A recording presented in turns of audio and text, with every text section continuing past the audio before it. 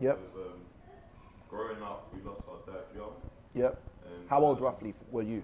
I was 6, but my younger sister wasn't even 1. Wow. And there's 4 of us in the household. Mm-hmm. So having thought about it, yeah, there's a lot that our mum done for us, and we're still here today. So yeah, for me, it's been my mum. That's powerful. So what would you say is like a summary, like a statement or word maybe I could put to be like, this is why Rupert is saying his mum, for example? Just the courage that she's had, you know. I love that. It's powerful. Thank you for sharing. Ready? Let's go, sis. Yeah, as well, yeah? Yeah. Tell us why. She basically raised me by herself, Mm-hmm. and she's now put me in a position where I can actually like, buy my first property. Mm-hmm. She's done that by herself. So I actually respect my mum a lot because she's a power. What is it about you and property? I love it. All right, cool. So you said you respect your mum a lot because she's a fighter. So talk to me a bit about that. Like, what do you mean when you say she's a fighter? I think that she's had it difficult, and I think that she's actually had the odds against her. And somehow she's just managed to come out on the other side. And I think there's so many times where she could have given up, and I feel like if she was anyone in our generation, she could have probably committed suicide. That's powerful. That's powerful. She's still here to tell the story, and she's still fighting. Awesome. I'm going to ask you a question, right? And this is just because of the relationship we have, right? So I'm challenging you. Are you helping your mum to tell the story? You don't even have to answer that. Yeah. You don't even have to answer that. But hopefully that helps you. All right, cool. Who's next? Let's go.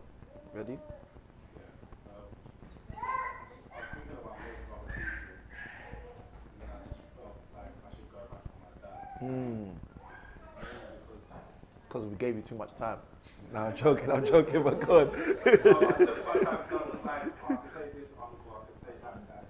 But I think what my dad done was teach me how to like recognize when someone was valuable. And like, so that's the type of person you should be following as opposed to this person. Just understanding when someone's like, onto something. If that's the case, I think your dad did a really good job. Sorry, I'm just saying it. I'm just saying. But thank you for sharing that. That's very, very powerful and insightful for numerous different reasons. Yeah. I think me and my dad, he's really hardworking and he's very giving. He has just such a really big heart. So do you think it's the big heart, the giving nature, or the hard-working aspect? Like, what is it that, for you, was the big, beaming, shining light? That's a hard question. I'm gonna go with his big heart. Okay, Because cool. that's linked to like working hard for his family, being there for people. All right, cool, awesome. Joseph. Right, I'm going to say something, but let me know if I'm going a bit too far left. So, because I'm thinking about it, if I think about it sitting down here, I want to say my brother. Because my granddad, don't write that yet. Go on. Granddad It's died- too late. It's my too late. granddad died when my dad was about 13. Sorry, slow down for me. Your granddad passed away When my dad when your dad. was about 13. Okay, cool. So she raised about, I think, she raised 7 children after that going on.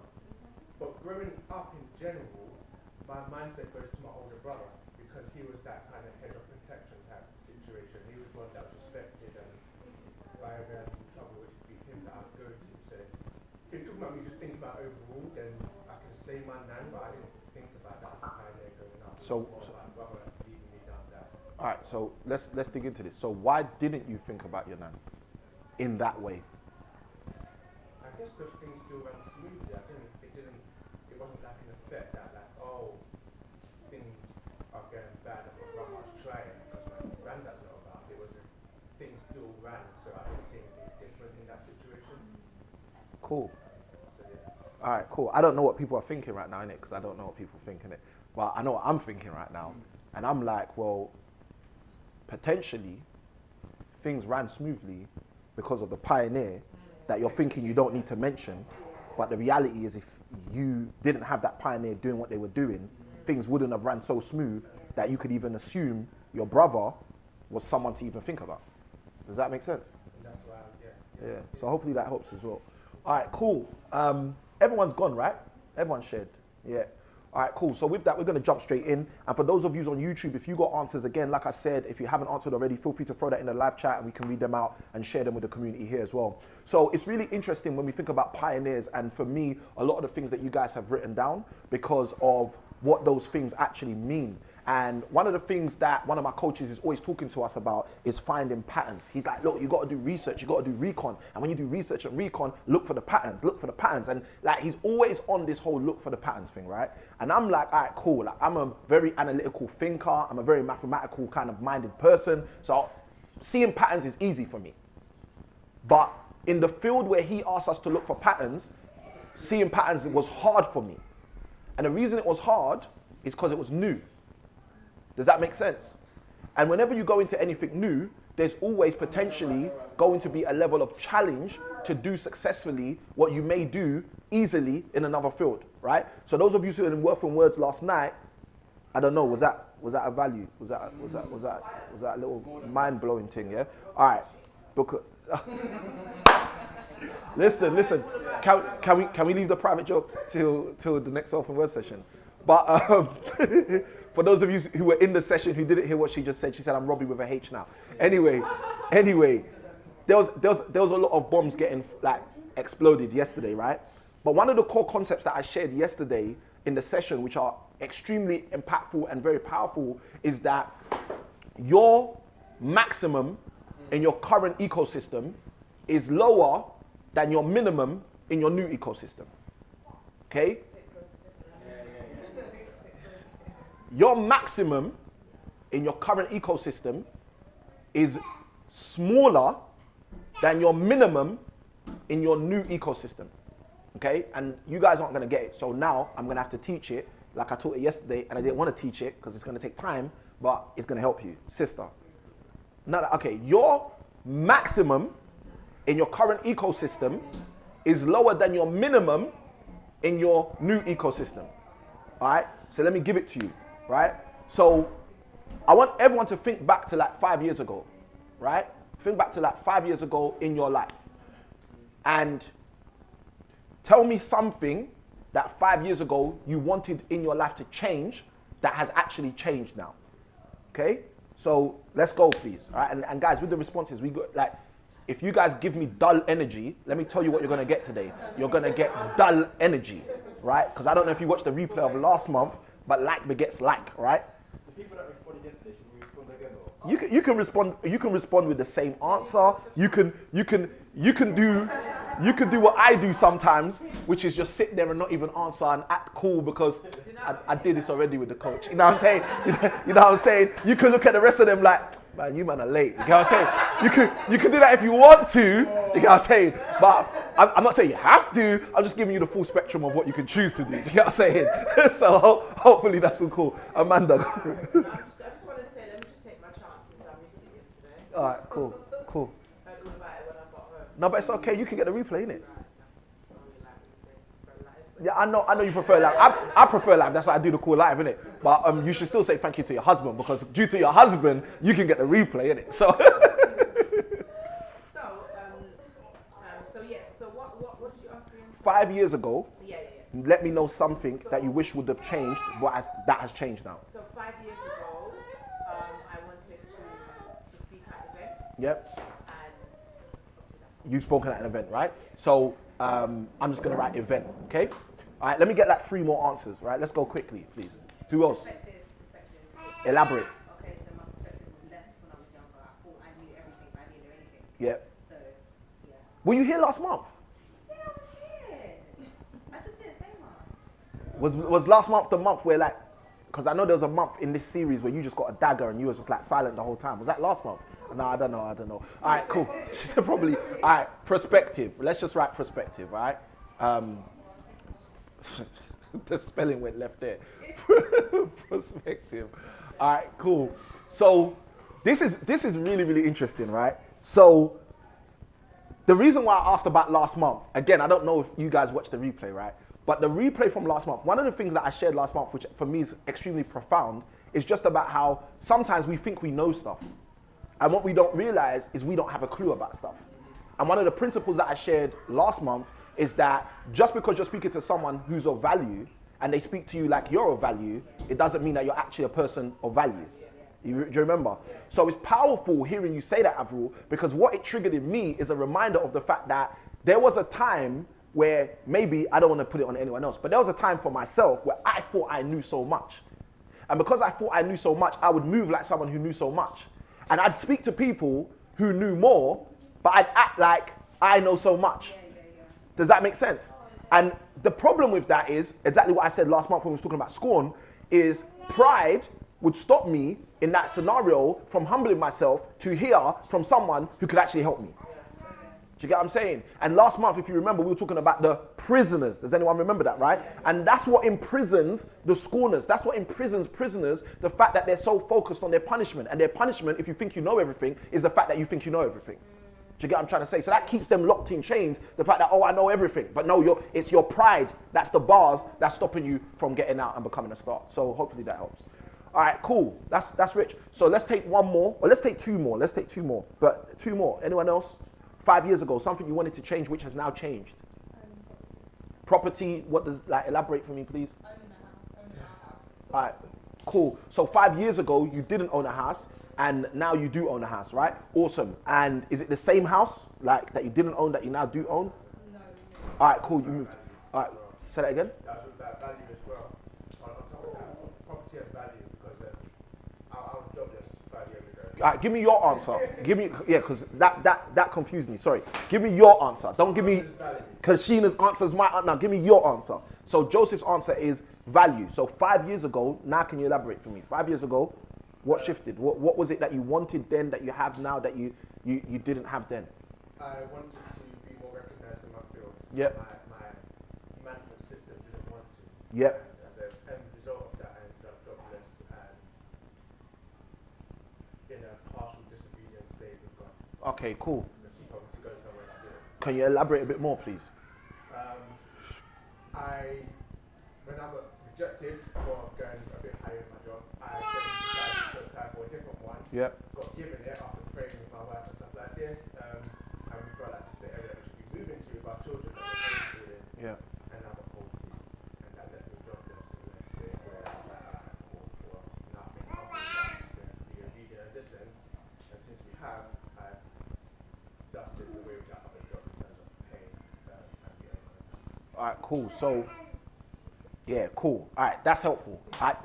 I don't get the logical thread, so I need to go all the way back, right? So basically, just tell me if I'm right or wrong. This is drive-through talking. So you lived in a house, you worked a specific job, you desired to have a better job in the same industry, in the same field, with the same company. You applied for that. You applied for that better job, and you were given that better job. Okay, so you was rejected from that better job, and as a result of being rejected from that better job, I looked for another job. you looked for another job with another company, you applied for this other job with another company, and I got it. you got that job, but, It was further out, so it was in Cambridge, we lived in Dagenham. cool, But the problem is we didn't have a house in Cambridge. yep, So you had the job, no house. Yep. That's why you get it. yep. And then took the job around. So slow down, this is where I'm lost. So, you got the job in Cambridge, but you live in Dagenham. So you don't live in Cambridge. So you got cold feet about moving to Cambridge? Accepting the job with no house. Okay, thank you, that's clarity. All right, so cool. So the fear was around accepting a job without actually living closer to the place, all right? And as a result, where's the disobedience in there? Was it prior? Was it prior? No, it was believing that this was the way that we were meant to go. Cambridge, Kind of taking this job anyway and then waiting for God to work it out. to do his part. Yeah. Cool, And so cool. my cold feet was actually, no, let me take this job, which is 10 minutes away from my house. Yeah. And about 2 weeks later, I didn't have that job anymore. Awesome. So you actually did take another job, but that job didn't transpire to be anything of value. Yeah? All right, good. Is that helpful for everyone? Yeah? All right, cool. So, because I don't want to assume I'm the only person who didn't get the thread, and then most of us didn't get the thread, if that makes sense. All right, cool. Thank you. That's helpful. All right, cool. So here's the thing that's interesting. And Joseph's kind of done it already for us through means of that kind of dialogue, but we're going to do this, right? So let's go there. So Amanda, when you had not spoken at events 5 years ago and you wanted to speak at an event, how many events would you speak at in a year? At the beginning. 5 years ago, how many events did you speak at in a year? 0. Okay? Avril, if we look back at the perspective you had 5 years ago, compared to now, how much would you say that you kind of did know? Oh, I didn't know anything. So, numerically, we'd call that? 0. Okay, interesting. Right? So, property, Kashina, 5 years ago, how many properties did you own? Oh, interesting. Right? And Joseph, in terms of the value of the job that you kind of shouldn't have been at or didn't think now it made sense to be at, how valuable was that job for you? How valuable is it now? No, when you look back, now looking back, how valuable was that job for you? The one where they, after, I think you said 2 weeks, got rid of you. Okay, 0. All right? So, this is so deep. Like, we did this yesterday, right? But this is so deep. Like, this is affecting me because I know what's going to happen. Does that make sense? And those of you who know what's going to happen, I know it's affecting you right now, but I don't know if it's affecting you as deep as it's affecting me, because every time I do this, the same thing happens. All right, so let's go further, right? So, Amanda, how many events would you say you've spoken at in those last 5 years now? In those last 5 years, from then until now, wow. Roughly, just give me just a rough figure. Roughly, what you choose. You can add them in, you don't have to add them in. All right, so you've spoken at 150 events. When 5 years ago, you hadn't spoken at any events and you wanted to speak at an event. All right, interesting. Perspective. Compared to 5 years ago, how much more do you think your perspective has developed? Like, how much percentage, like from where you were? You had nothing in terms of perspective. 100%, all right? Interesting, right? I like that. So property, how many properties do you own now? 1. Awesome, right? And value, like how valuable do you find your current situation? Because really, now you've explained the whole thing, Joseph. This ain't about a job. What you were talking about weren't even about a job. So how valuable do you find your current situation compared to when it was a 0? I think this is the way to do justice, but I would say it's 4 times worth of value. I'm not doing that in a percentage of 100. If you're talking about 100, 0 to 100, I'd probably put that at about 75%. All right, so, okay. So this is interesting because you're talking to a mathematician and you say that stuff, right? So I've got to make sense of what you just said, right? If you say 4 times what it was, 4 times 0 is 0. That makes sense, right? And then on the other side of it, if you're like, if we're talking, but if you're talking about 4 times greater, then we're really kind of like at 400%. And then you were like, it's like out of 100, it'll be like 75. So just give me a number. Like let's do this. Out of a scale of 0 to 10, it was 0 before. Where's it at now? 8. Love that, right? So can everyone see what we've done here, right? We've looked at 5 years ago and what 5 years ago looked like to us from now. And we've looked at today and looked at what that 5 years ago difference looks like from there till now. Everyone happy with that, right? All right, so let's go a bit deeper. Have you recognized that the minimum of where we are all now, what's the smallest number out of where we're all now? 1. The minimum of where we are all now is bigger than the maximum of where you were all before. Can you see that? The minimum of where we are all now, where you guys are all now, is greater than the maximum of where all of you were before. So what does that teach you? That teaches you that your maximum in your current ecosystem is less than your minimum in your new ecosystem. Does that make sense to you? Let me help you some more. You see, when you were speaking at no events, none. If you got an invitation to speak at an event, how would you feel? Yeah. You've spoken at no events, but you want to speak at an event, and you get an invitation to speak at your first event. How did that make you feel? Elaborate. For those who don't understand the lingo, what does gassed mean? This is my moment. My life has changed. The door opened up. That's how you feel, right? That's how you feel. Yeah, here's the funniest thing. I don't even want to go deep, but if I ask you to start describing what kind of an event could have done that to you, like, do that for us. So for example, 5 years ago. So 5 years ago, for me at that point, even if I was to be invited to an online event, I thought, yeah. With how many people? Google me. With how many people in attendance, roughly? If I had at that point, and I suppose it depends on how humble you are, but for me at that point, I thought if I had an online event that had, all right, let's just say at least about 20 people. You don't want an event with one person, but about 20 people. So let's be real, because you're saying 20, but you said you don't want an event with one. So the reality is, what you're really saying is, if I got 5 or more people, I'm good. Yeah. So let's double that. Let's say you had 10 people, you would have been gassed. All right, cool. Let's keep going, right? Avril, at the time where your perspective was zilch, if you were able to get a little leg up, like, nah, man, I don't think like that. I should think like this. How would that make you feel? To be able to transition from thinking you know everything to working out you don't know everything. What energy would you get from that? From being awakened to, bro, what you know is nothing compared to what you could know. So a person knows nothing, right? And they get the opportunity to learn, they know nothing. How should that make them feel? That's what I'm asking you. How would that have made you feel 5 years ago? Awakening to, bro, you don't know nothing yet. Gassed, you said, right? Excited. Good. Okay, cool. Kashina, property. You own 0 properties, right? Here's the funniest thing, right? I'm going to go even deeper with you lot, right? Because I like property, innit? So it's easier to use this as an example for me, because I coach a lot of people with property. So let me give you this. You guys were living in Dagenham, and you didn't own a property, right? When you got the keys to move into the house in Dagenham, how did you feel? Excited. So similar to these lot, you felt gassed. Am I right or wrong? Okay, Joseph, when you got offered the job that sacked you 2 weeks later, before you were sacked, before you knew you were going to be sacked, how did you feel when they said, yes, we'd like to hire you?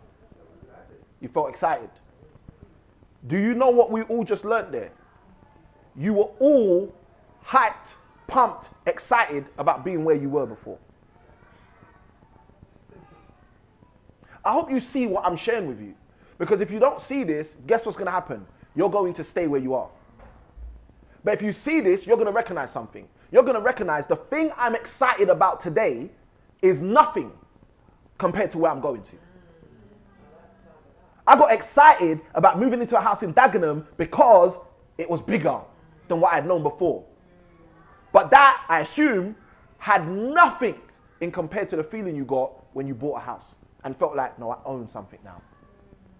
You can tell me because it's your story. I'm just being a narrator right now. Cool. Cool. Is what I'm saying making sense? Yeah. This is what I mean when I say your current maximum in your current ecosystem is less than your minimum in the next ecosystem. And because most people don't realize this, because most people don't understand this, guess what they do? They stay in their current ecosystem and never elevate to their next ecosystem. They tell people, I'm good. They tell people, I got a plan. They tell people, I'm going to work it out. Listen, let me tell you something. You ain't got a plan. You ain't good. You ain't going to work it out. Can I be that honest with you? Like, because look, here's the thing, right? I know some people go to certain churches and your pastor's going to lie to you. So I'm not going to lie to you. I'm going to tell you the truth. You're not good. You're not going to work it out, right? Because it doesn't work like that. Like, life doesn't work like that. The Bible teaches you. Like, no one in the Bible sat down and said, I'm good. I'm good. I'm going to work it out. Like, no one successful in the Bible did that. Here's the funniest thing. All the people in the Bible who did anything like that were the unsuccessful people. I'm good, King Ahab, I'm going to work it out. Jezebel's telling him, kill this Elijah. I don't know if you understand what I'm talking about. The people that thought they were good and thought they'd work it out are the people on the other side of the table. Samson thought, I'm good, I'm going to work it out. You know what? He ended up in a prison with his eyes gouged out.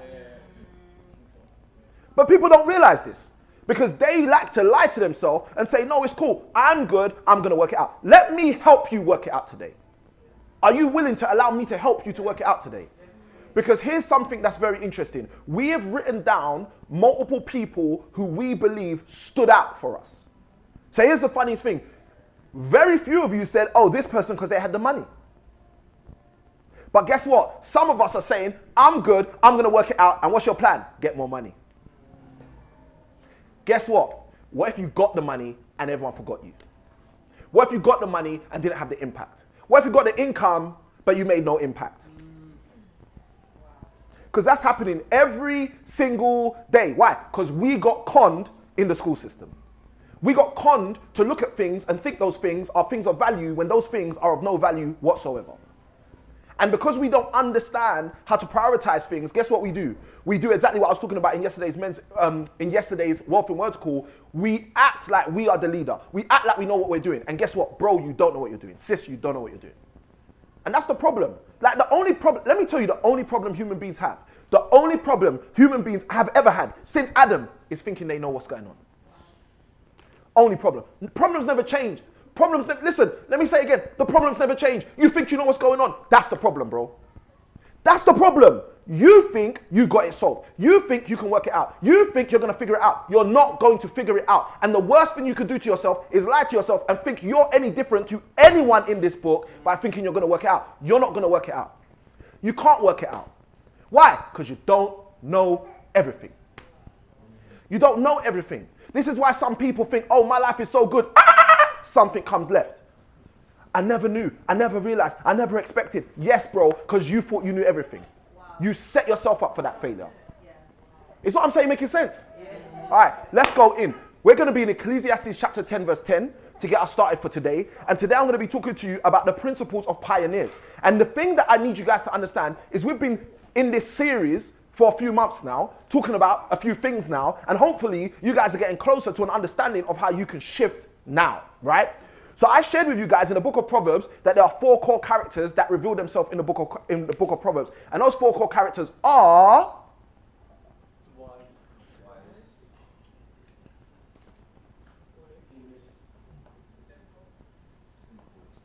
pardon? The simple one. All right? So we covered these 4 core characters that show up in the book of Proverbs. The wise, the fool, the simple, the scorner. And I basically shared with you that all of these particular characters, they present themselves in certain personas. And those personas we see on a daily basis. The first one we started with was the fool. And we said that is like a... Nope. You got it, sister. And I was explaining to you that the fool is like a pirate. And the biggest scam that we have in our day and age is we've been led to believe that fools are people who don't know stuff. You remember that 3 months ago. We've been led to believe fools are people that don't know stuff. We think fools are idiots. Fools are not idiots. Read your Bible. A fool's not an idiot. A fool's someone who is purposely going a different direction. They've made up their mind to go a different direction. That's a fool. Psalm chapter 14 verse 1. It says the fool says in his heart, no God. If you take out the italics, which is the stuff that the interpreters put in, it says the fool says, no God. What does that mean? When God is telling you, go, you end up going because you say no to God. Does this make sense? You see, there's people living like fools every single day. And they think that, oh no, I made my choice. Yes, you did make your choice and chose wrong. Does this make sense? That's the fool. We then went on and spoke about the simple, and we said the simple were the passengers. And we described exactly how passengers live. And everyone knows my quote that I say all the time, if you live life casually, you'll become a...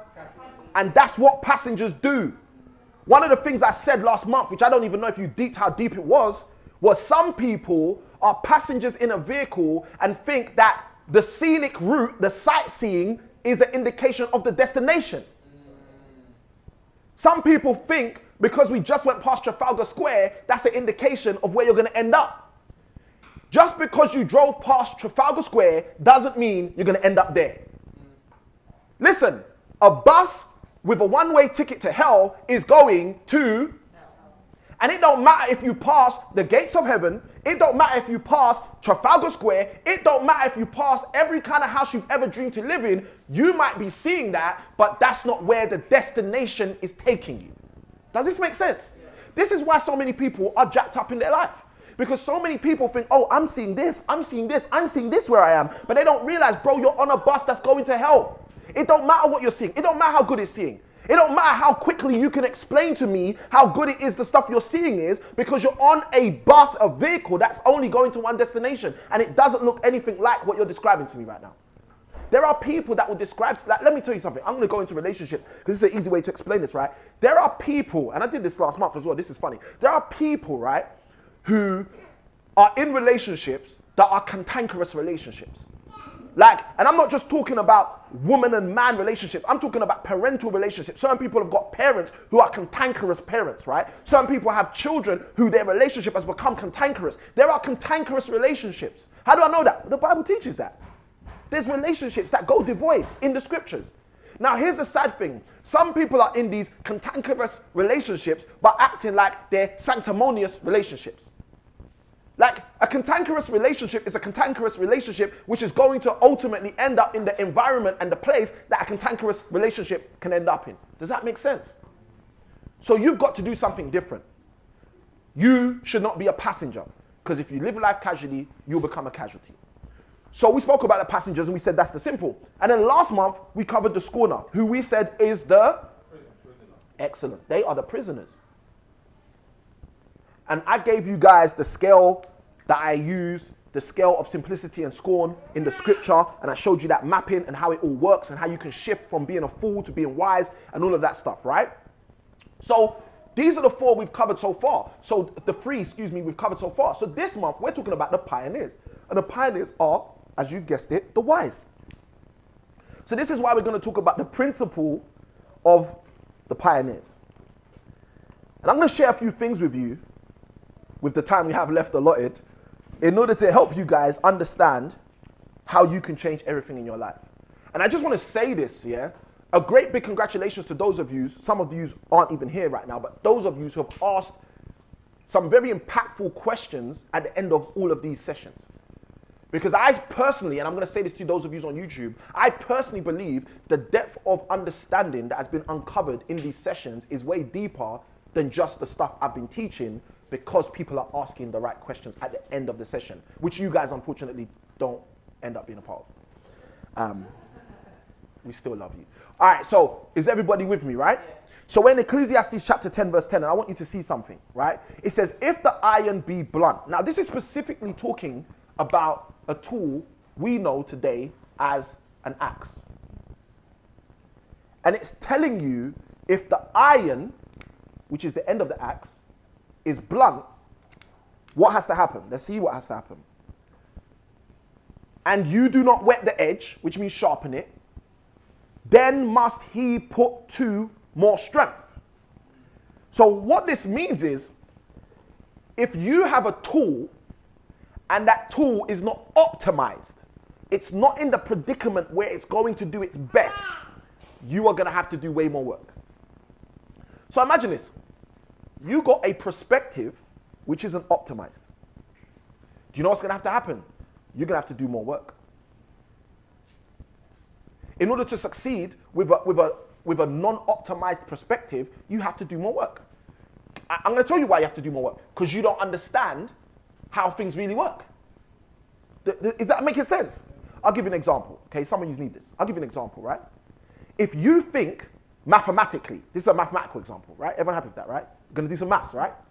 If you think mathematically that you can become rich working a job, your perspective has forced you to have to work harder.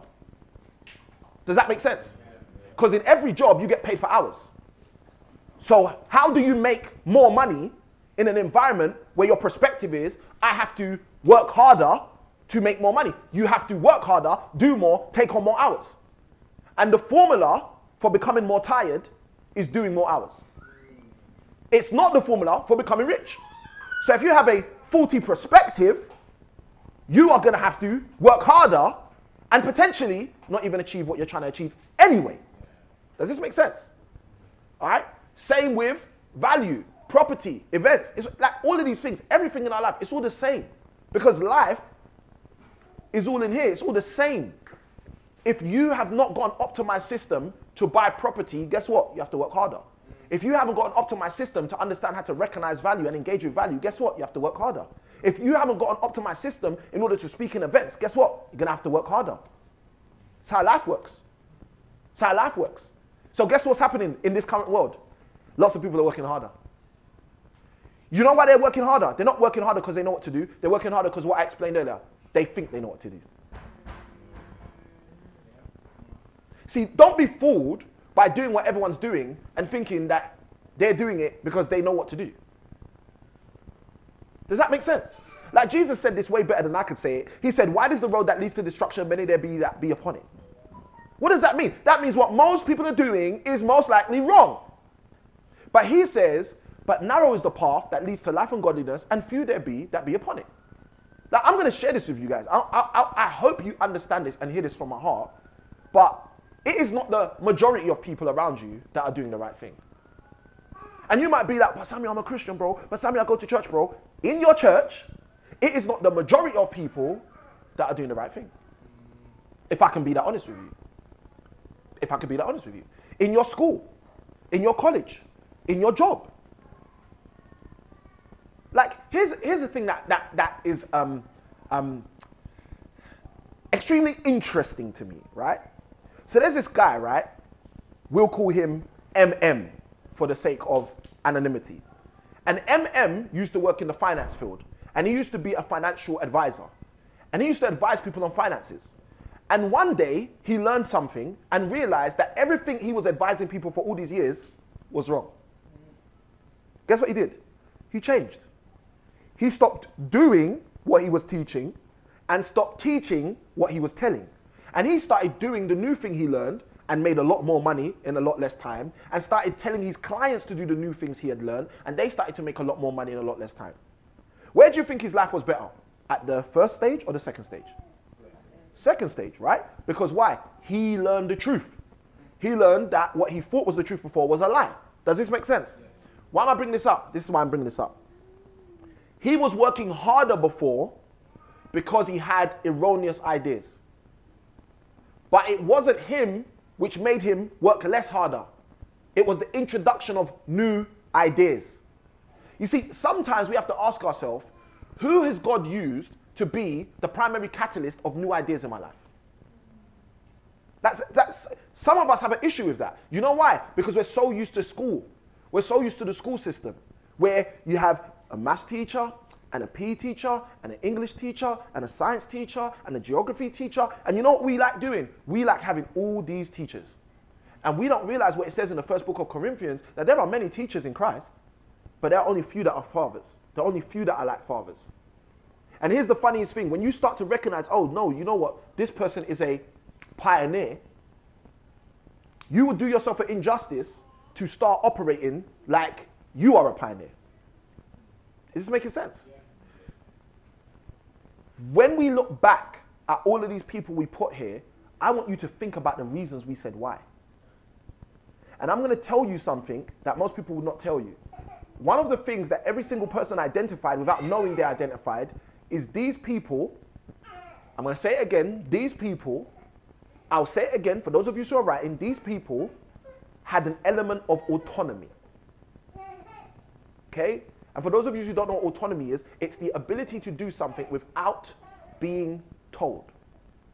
These people had an element of autonomy. It's the ability to do something without watching if anyone else is doing it as well. You see, when Robbie says that, oh, my nan, she came to the UK and she brought everyone else. And I was like, well, can you elaborate? Well, she was the first person here. Do you understand? Let me tell you something. If she was waiting for someone else to come here, she would have never come here. And she was the first person to buy property in England. And if she was waiting for someone else to buy property in England, she would have never bought property in England. Is someone getting this? When you start thinking about all these people, what you've got to see is the common thread. The first postman in Jamaica. The first area leader. He was a leader. Oh, my grand brought unity and faith. Well, what were they doing before? You have to understand that being a pioneer is about doing things first. It's about recognizing that that wide road leads to destruction. So guess what? I'm going to have to do something different. And by virtue of me doing something different, I end up being someone who's recognized as doing something first. Does this make? Let me tell you something. Most people are broke because they're used to doing what everyone else is doing. And they never ever tried to do something and be first. They've never said to themselves, I'm going to be the first person to become a multi-millionaire in my family from property investment. They've never said that to themselves. But they've said, oh, how can I make money? Oh, these guys are making money doing this. Okay, I'm going to do what these guys are doing. They've never ever tried to be first. This is why people are broke. Look, here's the thing that's interesting, right? We can do that. I don't want to step on anyone's toes, but let's do this, right? So yesterday, we did this activity. And every single person in the chat of the session yesterday said, 5 years ago, I wanted a bigger house. Everybody said it in the chat yesterday. Everybody. The only other answer was I wanted a nicer 7-seater. And that person had first written, I wanted a bigger house. So everybody in the chat yesterday said, I wanted a bigger house. Everybody. You guys on property, I don't know what it is, right? So everybody said that. So I asked the question yesterday, and I was like, okay, how many bedrooms did you have 5 years ago? And every answer was between 1 and 2. 5 years ago, every single person on the Wealth in Words call was in a house that had 1 to 2 bedrooms. So then I was like, okay, so how many bedrooms do you have now? And every answer was 3 or more. Every answer. And I taught them yesterday the same thing I taught you today, which is your minimum in your new ecosystem is greater than your maximum in your old ecosystem. And I asked them yesterday, I said this, I said, when you got the keys to the 1 bed, when you got the keys to the 2 bed, how did you feel? Everyone was, I was excited. Keys to my 1 bed, I was excited. Come on, man. I moved out of my house with my parents. I was excited. Everyone was showing their excitement. And I'm like, you were that excited about getting a 1 bed? And what did I say yesterday? I said, well, if I give you keys to a 1 bed today, you be saying, Brother Samuel, why are you trying to downgrade me? Why are you trying to take my life now? Why are you trying to squeeze me in a sardine can? Yeah, but when you got the keys to the sardine can, you didn't think it was a sardine can. Well, what if I told you that every single aspect of your life right now is like the sardine can?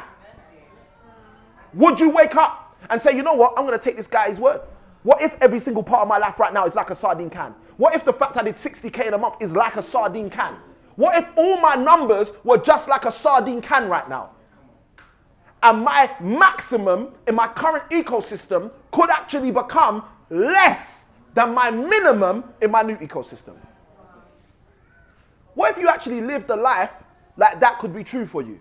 Let me tell you something. I'm going to tell you a few things that would happen if you lived a life like that could be true for you. And unfortunately, as you can see, I'm not on the notes today, right? So let's just keep going. The first thing that would happen is you'd realize you haven't got it figured out. You'd realize you haven't got it figured out. This is the problem. Because some of us are so comfortable with what we've got now, because we're comparing what we've got now with what we had before, we ain't trying to go and get anything for real. I want you to think about that for a minute. Imagine that. You live in a 5-bedroom house and you're extremely excited you live in a 5-bedroom house because you used to live in a 1-bedroom house. But here's the funniest thing. You got family members who got nowhere to live. You got family members who are struggling to pay rent.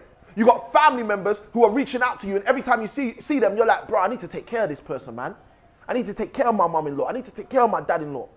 You got family members that you want to take care of, but here's the thing. your maximum in your current ecosystem is less than your minimum in your new ecosystem. What if you just triggered into your new ecosystem and you could actually take care of those people? What if that's part of your new ecosystem, but you're not allowing that to be part of your ecosystem because you are stuck where you are because you think you know what you're doing? You're stuck where you are because you won't ask for help. You're stuck where you are because you won't say, you know what, this is the price, this is the cost, this is what I have to pay to move and elevate to a new ecosystem. Let me tell you something. Some people allow money to be their prison. I'm not willing to pay that. That's too much.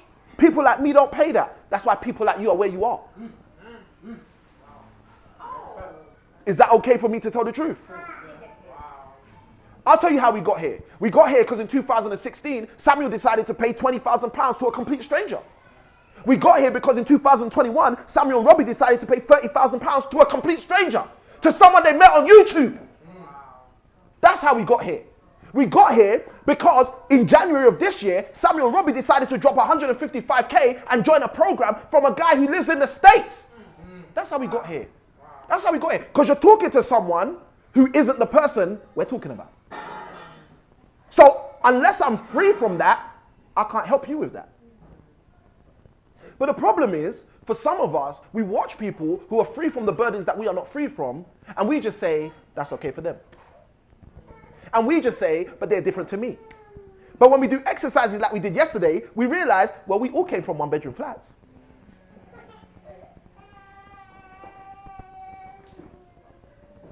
Maybe this is speaking to somebody. When we do exercises like we did yesterday and like we've done today, we start realizing, well, we all came from not owning any properties. We start realizing we all came from having a faulty perception and not knowing anything. We start realizing we all came from not speaking at any events. We start realizing, well, hold on a minute, if this was my life before and this was their life before, there's not really much difference between them and me. Let me tell you what the difference is. What they are willing to pay. It's the only difference. It's the only difference. And it's really sad for someone like me to speak about this, but it's the truth. It's the only difference. It's the only difference. Some people are not willing to pay. They're not willing to pay to open that gate to the narrow road. They'd like to stay on the wide road. And they're going to have excuses. Oh, no, we don't have the money. They're going to have excuses. Oh, nobody told me how to do it. Let me tell you something. Jesus rolls up to a guy. He says to him, listen, do you want to be healed? The guy didn't say yes. Like, that's the crazy thing. He didn't say yes. That guy might be you right now, where you've got an opportunity in front of you and you're not saying yes. Instead, you're saying, oh, nobody's here to help me. Instead, you're saying, when I try, someone else comes in front of me. Maybe you're doing all the things that guy was doing when Jesus was just trying to help the guy, and someone's maybe just trying to help you, but you've got all these excuses instead of saying yes. Here's the funniest thing. I'm going to help you with this, right? You do know that yes is easier to say than when I try, someone comes in the way. You do know that yes is easier to say than since I've been here, no one came to help me. You do know that yes is only 3 letters when all those other things are multiple sentences. You see, people don't realize how hard-headed they must be to reject the help that's right in front of them. But that's the life we live in. So Ecclesiastes chapter 10 verse 10 says that if the axe is blunt, guess what? It's going to be hard work. Let me tell you something. The guy that was sitting by the pool of Siloam, his axe was blunt, guys. So guess what? When Jesus said to him, do you want to be healed? Guess what he gave him? He gave him hard work. When I try, no one's here to help. That's hard work, bro. When all you need to say is yes. People don't, I don't know if you understand what I'm saying. I don't know if I'm talking to myself. Like, people are giving other, let me tell you something, right? Someone who doesn't believe in hard work is offering you the opportunity to no longer have to do hard work. And they're telling you, let's do some different kind of work. And you're telling them about hard work. Like, let me tell you something. They already know about hard work. That's why they don't do hard work. Does this make sense? Let me help you more. You don't know about hard work. That's why you do hard work. Does that make sense? If you really know about hard work, you wouldn't be doing hard work. You'd be saying, my nan came from this country to the UK, worked as a cleaner, and did some hard work. And she doesn't have the results I want to have. I'm not doing hard work. Does that make sense? You don't know about hard work. You're scamming yourself. You're deceiving yourself. You're lying to yourself. And you're acting like you know what's going on. That's the problem. The problem is you're acting like you know what's going on and you don't know what's going on.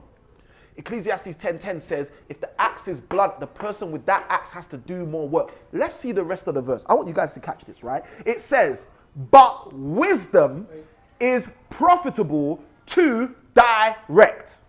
What does that mean? That means if you have wisdom, if you are a pioneer, you're going to look at all these people chopping down trees with their blunt axe, and you're going to say, I'm going to have a different direction. If you remember the scale of simplicity and scorn, it says, when the scorners are punished, the simple are made wise. And I said to you last month that what that teaches us is that fools can learn from scorners. So if we're all here with our axe and certain people are like prisoners, forcing themselves to use a dead axe, even though they can see the axe is dead, if I'm a fool, I can look at what they're doing and become wise. Because wisdom is profitable to direct. Wisdom can direct me to see all of these scorners continually doing stuff that doesn't work for them and say, I'm not going to do what they're doing because it doesn't work for them. Instead, I'm going to sit here and sharpen my axe. And I'm going to sharpen my axe for half the time I watch them try to cut the tree down. And then after I sharpen my axe for half the time I watch them cut the tree down, guess what? I'm going to go whoom and my tree's coming down one time. So I can spend half the time you spend trying to cut the tree down, hashtag hard work. And when I get to work, I'm going to finish you. You see, this is what people don't understand. I shared a principle yesterday. I'm going to share it with you guys today. I didn't even plan to share this, but I'm going to share this with you today. One of the principles I shared yesterday is something I wrote down in one of my books yesterday. And this is the principle. Hope you're listening for those of you who are taking notes. The principle is incremental partnership creates exponential results. Incremental partnership creates exponential results. You see, the problem for most people is they're afraid to partner. They're afraid to engage in incremental partnerships. Let me tell you something. In 2016, when I paid a complete stranger £20,000, you know what I did? I engaged in an incremental partnership. But guess what? Before the end of 12 months from me joining that program, I made over £100,000, which is 5 times what I paid. Do you know what that is? That's called an exponential result. Incremental partnerships create exponential results. In 2021, me and my wife decided to pay a coach £30,000 and join her program. And in less than 60 days, we made £37,000. Incremental partnerships create exponential results. I don't know if you understand what I just shared with you. Here's the funniest thing. You may not be able to create exponential results. And I can say that with a smile on my face. Why? Not because I'm a bad person, not because I dislike you, not because I don't want you to have exponential results. The reason I can say it with a smile on my face is because I know you can make incremental partnerships. I can smile about the fact you can't create exponential results because I know you can create incremental partnerships. I know that for you to partner with one person, for you to partner with 2 people is not beyond you. But I also know your exponential results you're waiting for right now is infinitely beyond you. And whilst you keep thinking, I'm good, I got it sorted out, I know what's going on, guess what's happening? Your exponential results are getting bigger and bigger and bigger and further and further and further away from you. But here's the funniest thing. Those incremental partnerships, they may be getting closer and closer and closer and closer to you. And let me tell you why they're getting closer to you. Because you don't recognize them. Because you don't recognize them. So it doesn't matter how close they get to you, you're not going to tap in. You see, I'll give you this, because I know some of you are puzzled. I hear the ums, but I know some of you are puzzled with this, so I'm going to help you with this. You see, when a parent has a child, some of us will relate with this, and the child's out there doing the wrong thing, smoking weed. The mum and dad might say to the child, listen, stop doing that, man. Stop doing that. And then what happens? The school calls home. Oh, we found your child with some weed. You know what happens? The parent doesn't do the same thing the parent did before. The parent doesn't say, I told you, stop doing that. The parent comes to school. The parent speaks to the teachers. The parent says, listen, man, why are you doing this? The parent might beat you. Depression might ground you. What am I sharing with you? I'm sharing with you, they get closer. They get closer. Your opportunity for change is getting closer to you. The incremental partnership is getting closer. But your exponential results are getting further. Why? Because you haven't recognized it. My dad used to say this to me all the time. He used to say, a word is enough for a wise man. That means, like, let me tell you something. My dad's watching this, right? So this is a bit of a challenge, but I'm going to say this. You got me, Dad. I'm going to say this, right? And I want you guys to understand this. If I lived exactly how my dad taught me when I was young, two things would happen. I'd be way more successful, but a lot more people would not like me. Does that make sense? Because my dad used to say this thing to me all the time. And it really stuck with me because it's a powerful statement. He used to say, a word is enough for a wise person. Do you know what that means? That means don't get in the habit of telling people twice. Tell them once. If they don't get it, I'm gone. And here's the thing I had to learn. My dad didn't teach me this. What I had to learn is that we all come from different places. And some of us have been conned into believing we have to hear it 15,000 times. Or as Dr. Myron Golden says, 11,000 times. So some of us are waiting for the 11,000th time. Guess what? That number doesn't exist, so that time's not happening. Some of us ain't figured that out yet. Let me tell you something. If you come from an erroneous background, stop acting like that. Hopefully that helps somebody. Now, if you come from a background that didn't help you, stop acting like that. If you see someone who's here to help you, change how you've been acting.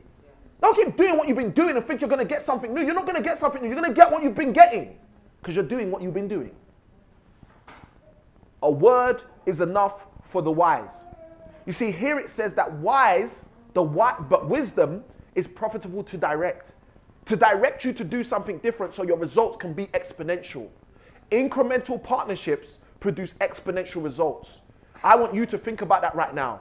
Who are you supposed to be partnered with right now that you have resisted? I want you to think about it. If you're someone taking notes, write that person's name down. Write that company, that business's name down.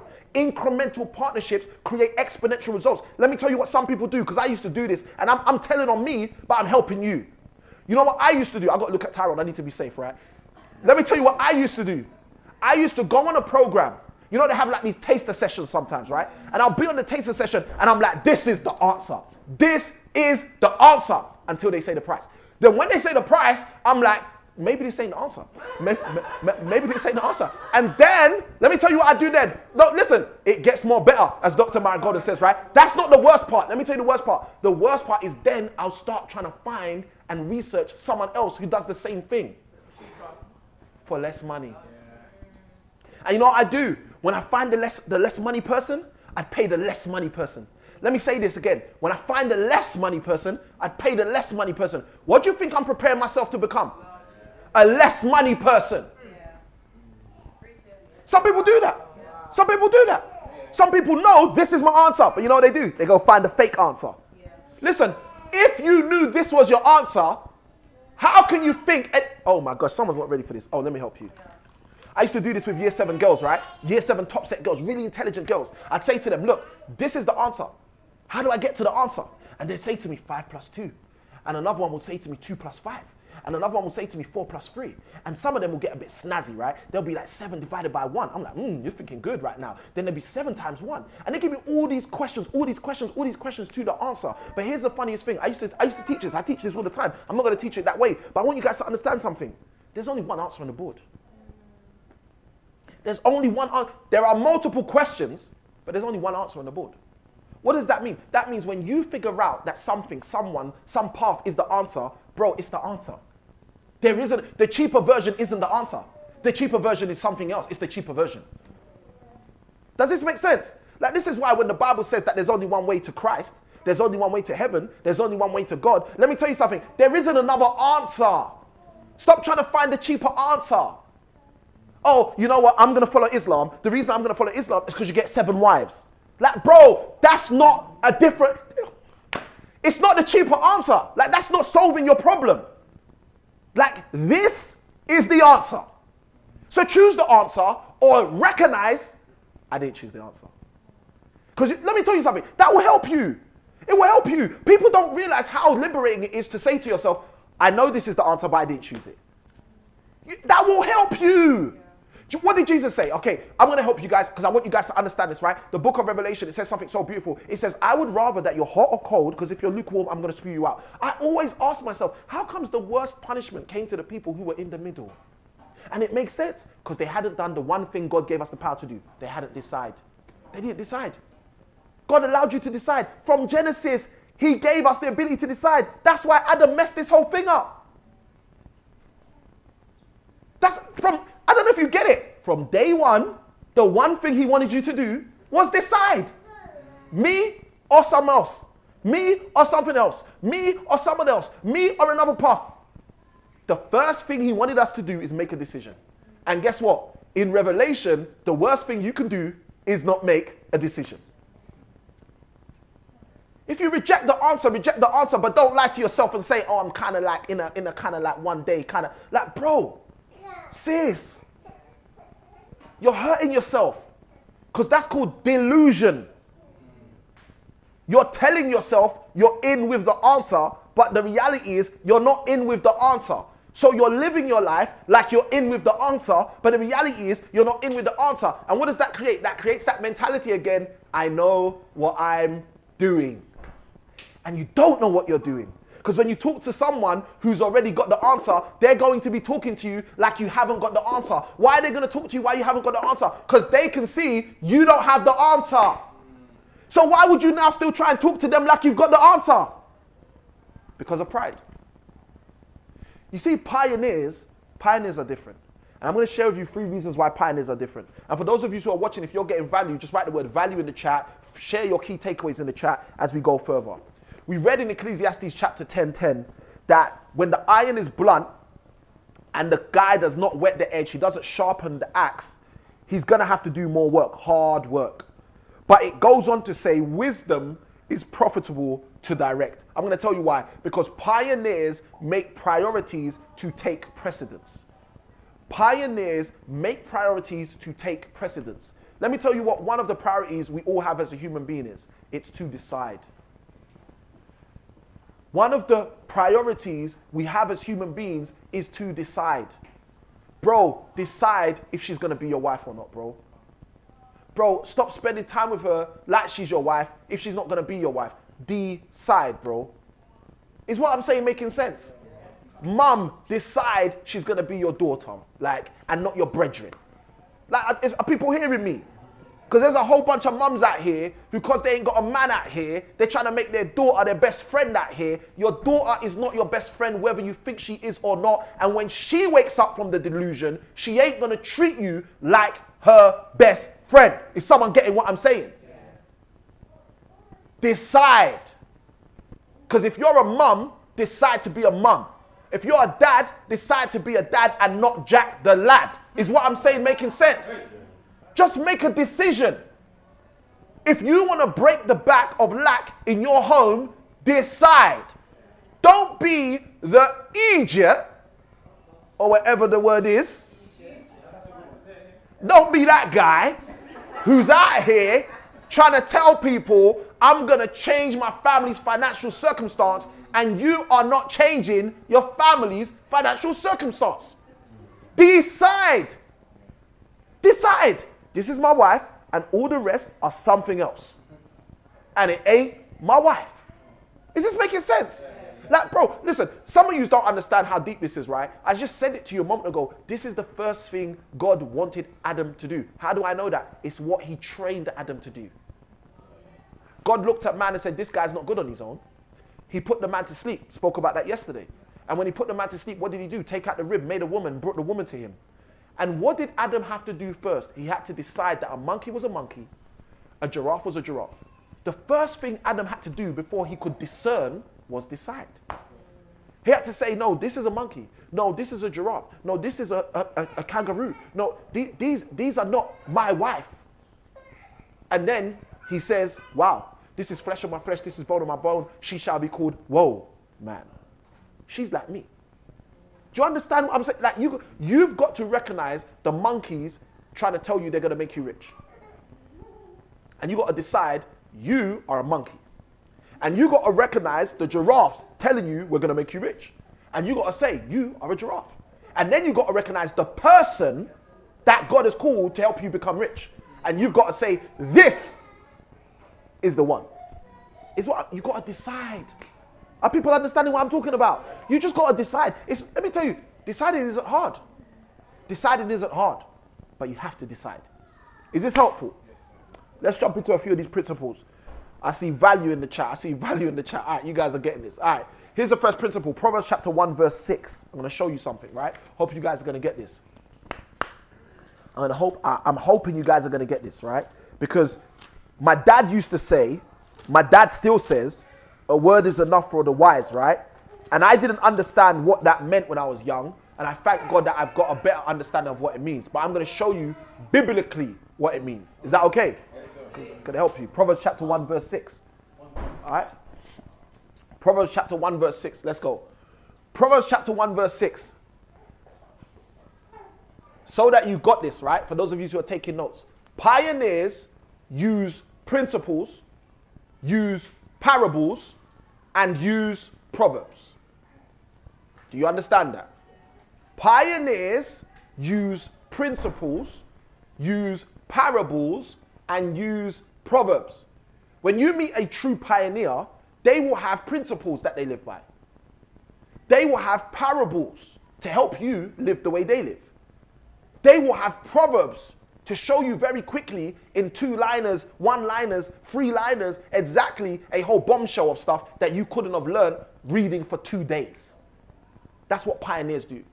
How do I know that? Proverbs chapter 1, verse 6. What does it say? Listen to what it says. It says to understand a proverb. It says this is the reason the book of Proverbs was written by King Solomon, right? Listen, to understand a proverb and the interpretation. Why do you need to understand interpretation? Because it's not going to be plain. I don't know if you've heard the saying, if it was that simple, everybody would do it. Well, that saying's not actually accurate. It's not about if it was that simple. It's actually if it was that clear, if it was that plain. Because becoming rich is simple. Having a happy marriage is simple. Those of you who've heard me teach this before, the Bible is simple. But let me tell you what's not simple. All the years of being jacked up by your school system and some of these churches and then trying to read the Bible, which is simple. How can you have a complicated education system and then you come to a simple book and think you're going to understand it? You're not going to understand it and you're going to think this is complicated. That's the world we live in right now. We live in a world where people have been subjected to so much complexity, they now see simplicity as complex. And how do I know that? Isaiah told us that. Because Isaiah said, woe unto those who call evil good and good evil. This is why you see people say, oh yeah, bro, that's wicked, man. Like, wicked is a bad thing. So if you say that's wicked, you're saying that's bad. And the Bible says there's a curse on people who say the bad thing is a good thing and the good thing is a bad thing. Oh, bro, that's so bad. No, you mean that's so good. Is what I'm saying making sense? Yeah. All right. So the first thing is, you have to understand the interpretation. Well, why do you have to understand the interpretation? Because wisdom to someone who's not wise is going to feel like a different language. Does that make sense? Yeah. Let's go deeper. Proverbs chapter 1, verse 6. The words of the wise. So this is contextual. It's telling you this is what I'm talking about. This is what you need to interpret. The words of the wise. But listen to the last part. And their dark sayings. What is a dark saying? A dark saying is a parable. It's something that when you hear it on the surface, you don't actually know what's underneath unless you dig a bit deeper. It's a proverb. It's something that when you hear the first time, it might give you a slap. But when you go home and have that sellout moment, it gives you a punch. And you're like, what, did he really say that? I thought I heard what he said, but now I'm deep in it. Like he actually really went there. That's the power of a proverb. That's the power of a principle. That is the power of a parable. Is everyone with me, right? So that's the first thing I want to share with you. Pioneers use principles, parables, and proverbs. Proverbs chapter 1, verse 6. Let's go to Proverbs 8, 11. Proverbs chapter 8, verse 11. It's going to be hopefully helpful for you guys as well. Proverbs chapter 8, verse 11. And in Proverbs chapter 8, verse 11, we're going to see something interesting. Fly? Oh, we're going to see something interesting. We're going to see that pioneers prioritize proper prosperity. Okay? I'm going to say that again. Pioneers prioritize proper prosperity. Right? Proverbs chapter 8, verse 11. I'm in 11. All right? Proverbs 8, verse 11. It says, for wisdom is better than rubies. So that means knowing what to do is actually better than having the stuff people want. Does that make sense? Because let me tell you something. There are people with the stuff you want who don't know what to do. So if they lost the stuff they have, they wouldn't know how to get it back. But there are people who might not even have the stuff you want who know what to do. So they're going to have the stuff you want, whether they try or whether they don't try, because they have prioritized the most important thing. It's not the rubies, it's the wisdom. Does this make sense? Proverbs 8:11. It says, for wisdom is better than rubies, and all the things that may be desired are not to be compared to it. So pioneers, they actually prioritize prosperity properly. They prioritize proper prosperity. They understand what's truly valuable. Most people don't understand what's truly valuable. Why? Because we've been fed by the media systems what is supposed to be valued to us. So because we don't understand what's valuable, we can see something valuable and treat it like it's trash. And see something that's trashy and treat it like it's valuable. Now I'm going to give you an example, right? And I might be treading on toes, but that's what we do here, right? I guess the way you guys treat me, I guess that's what we do here. So here's something, right? It's like a football match. You're going to go watch a football match, okay? And no one in that football team is calling your name. No one in that football team is wearing a jersey with your name on it. No one in that football team is rooting for you. No one in that football team wants you to win. Here, let's go deeper, right? How many people on the football team? 11, right? How many people on the other football team? Another 11, right? So 22 people on the pitch, right?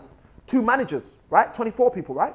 Then you got refs. Let's say 4 refs in the game, right? So that's 26 people, right? Then you got subs. Let's say it's like 6 subs each side, right? It's probably 5. Let's say it's 5. So extra 10. So we've got 36 people. I just counted 36 people who are all getting paid to show up, right? Guess what? You didn't get paid to show up. That's the first thing. Let's go deeper. Let's say we're in Anfield. Anfield's Liverpool, right? All right, cool. So we're in Anfield, right? Huh? Thanks. Appreciate that, bro. I've been blasting football for like 18 years, so I should know a little bit, right? So let's say you got 35 people we just counted, 34, 35 people all getting paid. We're in Anfield, right? I don't know, but I assume the capacity of Anfield Stadium is like 18,000 to 30,000 people, right? So let's say you got 30,000 people in the stands. All 30,000 paid to be there. They all paid to be there. I don't know if you're deep in this. 30,000 people paid to watch 35 people get paid. Oh.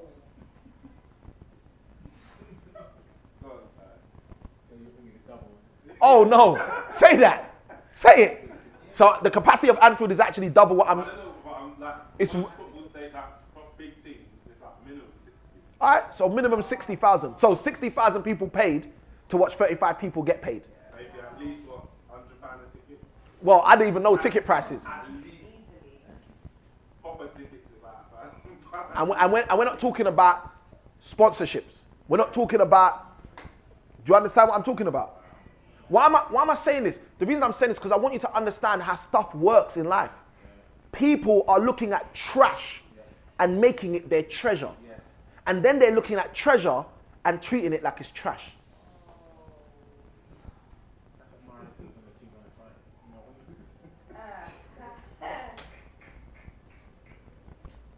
Like, I don't know if you understand. Like, here's a question.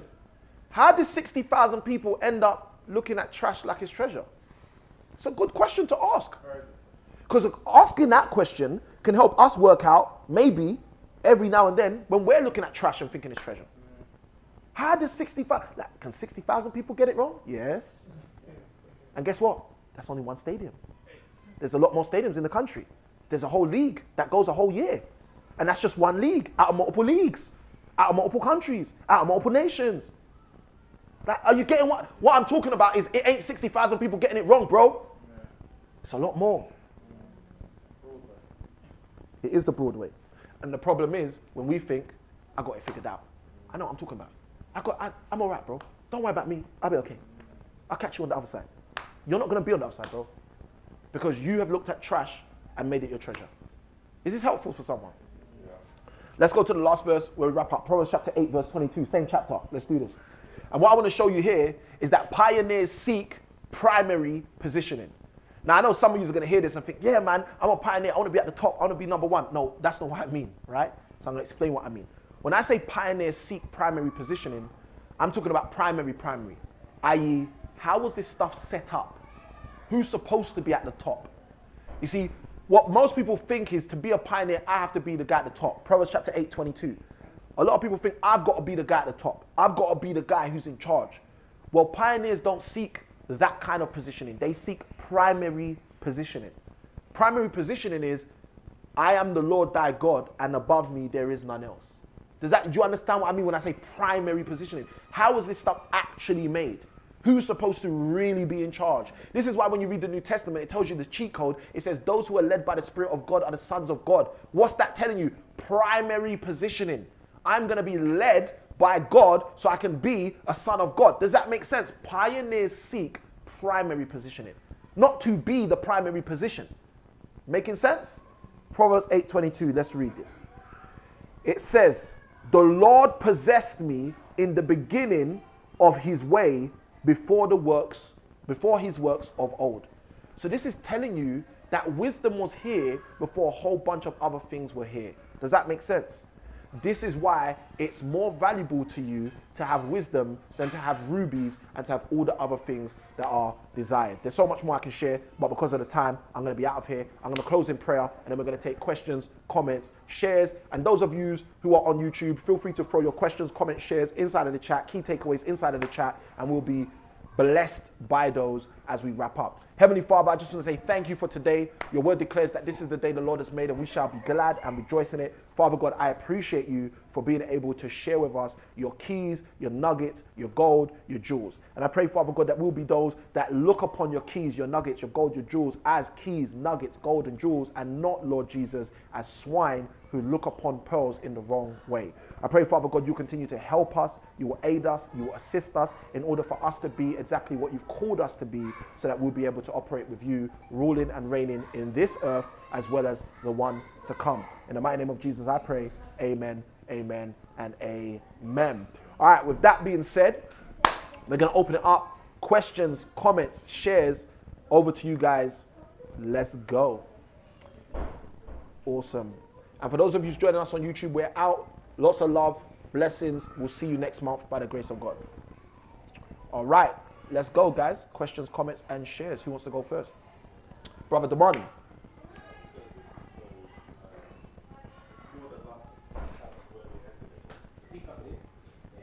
Bro, just sit here. Bring your journal on your lap, bro. All right, cool. He wants the table. Go on, speak up to yourself.